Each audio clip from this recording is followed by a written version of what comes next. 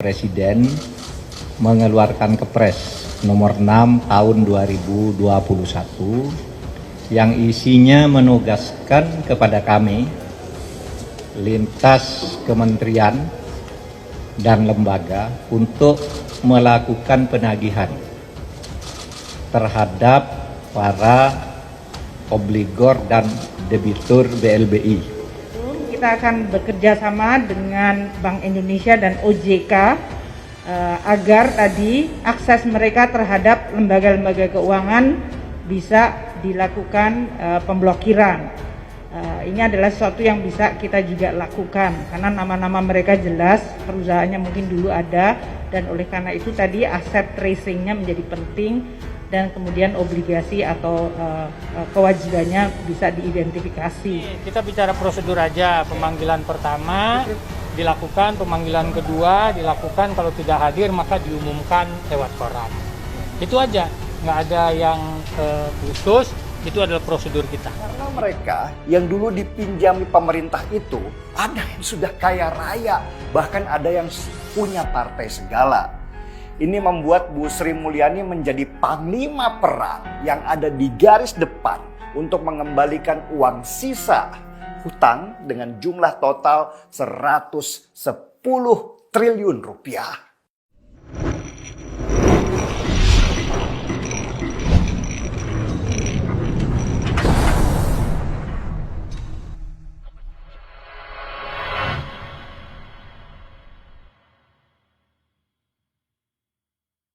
Perburuan tersangka BLBI menemui puncaknya di masa pemerintahan Jokowi periode kedua ini.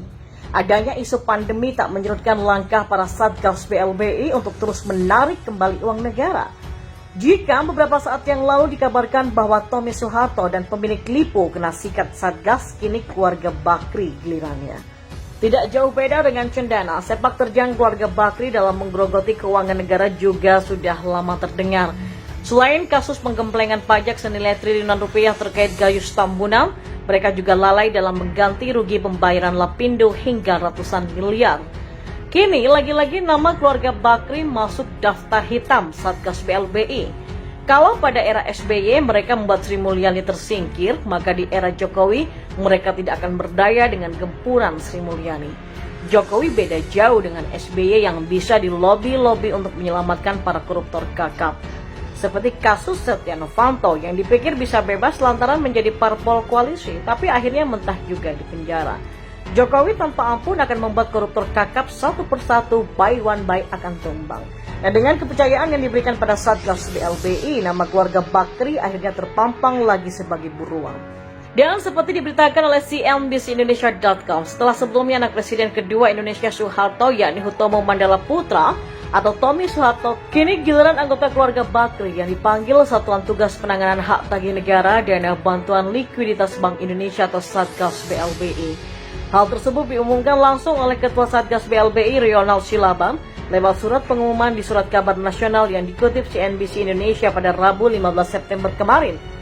Total Satgas BLBI memanggil 13 nama debitur penggempleng dana BLBI.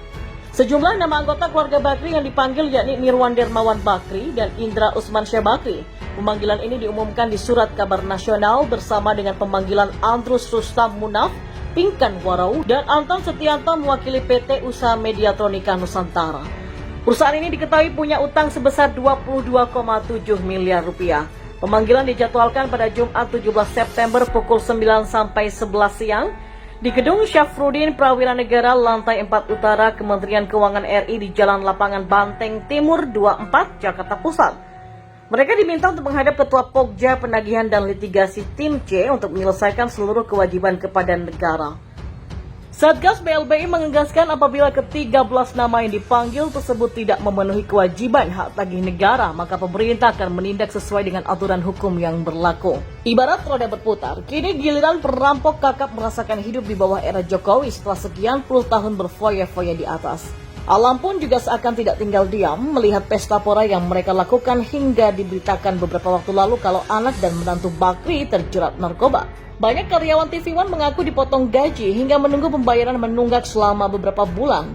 Media yang dipakai menjelekkan Jokowi akhirnya perlahan akan tumbang di saat pandemi. Kejayaan yang telah lama diperoleh dengan cara kotor suatu saat akan kembali berbalik menyerang pemiliknya.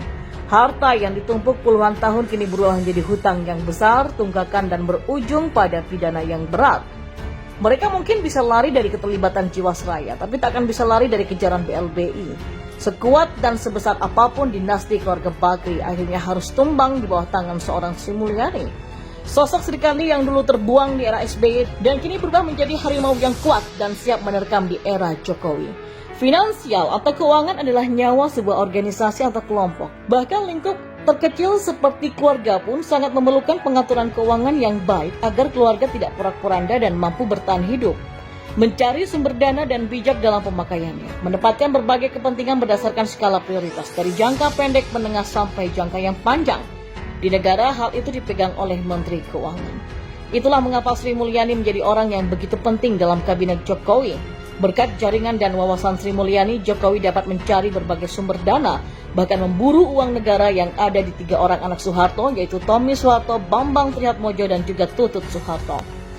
Tommy Soeharto dikejar Menteri Keuangan lewat Satgas BLBI terkait uang negara yang pernah digelontorkan untuk perusahaan PT Timor Putra Nasional sebesar 2,6 miliar. Lalu Bambang dikejar untuk membayar hutang terkait penyelenggaraan SEA Games tahun 97 sebesar 60 miliar.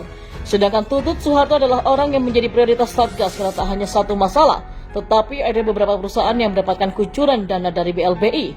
Perusahaan tersebut adalah PT Citra Mataram Satria Marga, PT Marga Nurindo Bakti, PT Citra Bakti Marga Tama Persada, sedangkan untuk nilai uangnya adalah 191 miliar rupiah.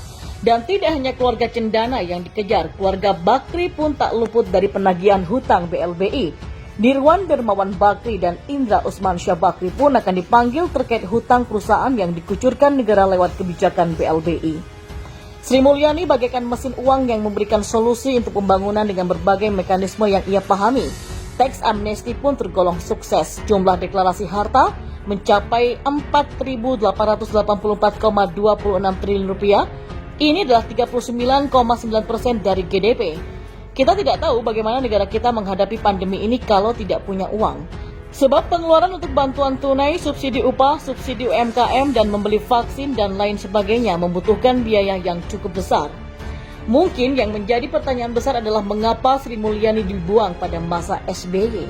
Padahal Sri Mulyani pun ikut pusing bagaimana caranya mengatur uang saat harga minyak melambung tinggi. Itu dikarenakan BBM ketika itu masih disubsidi oleh pemerintah. Pada masa pemerintahan SBY ada kebijakan mengenai pengucuran dan penyelamatan Bank Senturi sebesar 6,7 triliun. Hal inilah yang membuat Sri Mulyani dicopot dari jabatan Menteri Keuangan. Saat itu Sri Mulyani bersama Budiono, mantan wapresnya SBY, adalah orang yang dipercaya oleh SBY terkait hal itu.